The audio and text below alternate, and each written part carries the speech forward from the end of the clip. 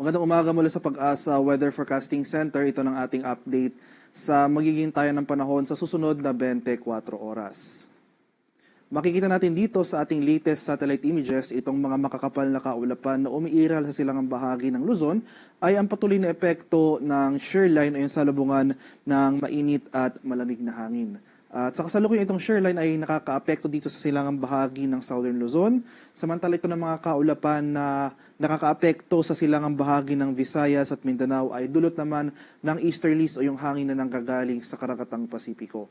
Sa Metro Manila at nalalabing bahagi ng Luzon, yung weather system na makakaapekto sa atin ay ito namang northeast monsoon o yung malamig na hanging amihan. So for the rest of the country, asahan naman natin yung mga tsansa ng thunderstorms, especially dito sa Visayas at Mindanao, at light rains naman ating inaasahan sa malaking bahagi ng Luzon. At dahil sa epekto ng shear line ngayong araw, asahan natin itong mataas sa tsansa ng mga kaulapan at pag-ulan dito sa may area ng Cagayan, Isabela, Aurora, Quirino, pati na rin dito sa may Quezon. Kaya inasahan nga natin sa mga nakaraang oras ay umakyat yung axis ng ating shear line at ito namang easterlies o yung hangin na nanggagaling sa Karagatang Pasipiko ay magdudulot pa rin ng mga pag-ulan dito sa area ng Bicol Region. For Metro Manila and the rest of Luzon ay bagyang maulap hanggang sa maulap na papawirin na ating inaasahan.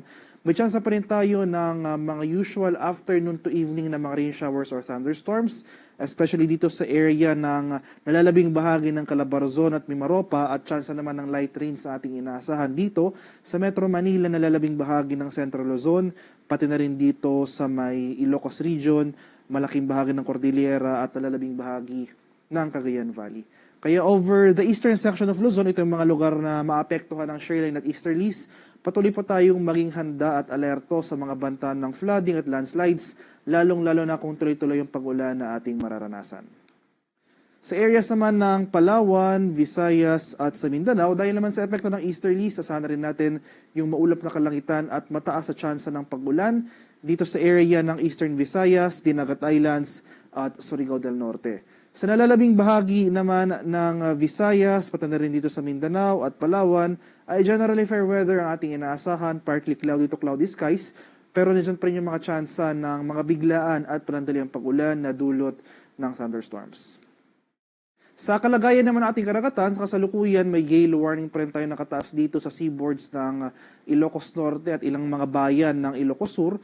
Kaya sa ating mga kababayang mangingisda at may mga maliliit na sasakyang pandagat over these areas, huwag po muna tayong pamalaot dahil makakaranas pa rin tayo ng maalong karagatan na dulot ng hanging amihan. At para naman sa ating weather outlook sa mga susunod na araw, dahil sa epekto ng shear line na patuloy ngang aakyat yung axis nito hanggang bukas. So bukas araw ng linggo, inaasahan natin na magdudulot pa rin ng mga kaulapan at pag-ulan itong shear line sa silangang bahagi ng Northern at Central Luzon. So sa malaking bahagi ng Cagayan Valley, pati na rin dito sa Aurora, possibly ito na rin northern portion ng Quezon, bukas araw ng linggo, asan pa rin natin yung mga pag-ulan na dulot ng shear line.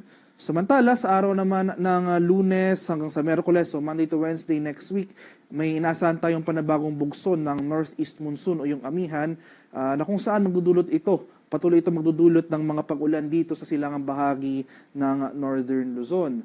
Samantala, ito namang eastern section ng Mindanao sa may Caraga at Davao Region ay posible rin tayong makaranas dyan ng mataas sa tsansa ng mga kaulapan at pag-ulan. Sa mga lugar ko pong di nabanggit so for Metro Manila at nalalabing bahagi ng ating bansa throughout the rest of the forecast period, generally fair weather ang ating inaasahan pero magdala pa rin tayo lagi ng payong dahil nandyan pa rin yung mga tsansa, mataas pa rin yung mga tsansa ng thunderstorm activity, especially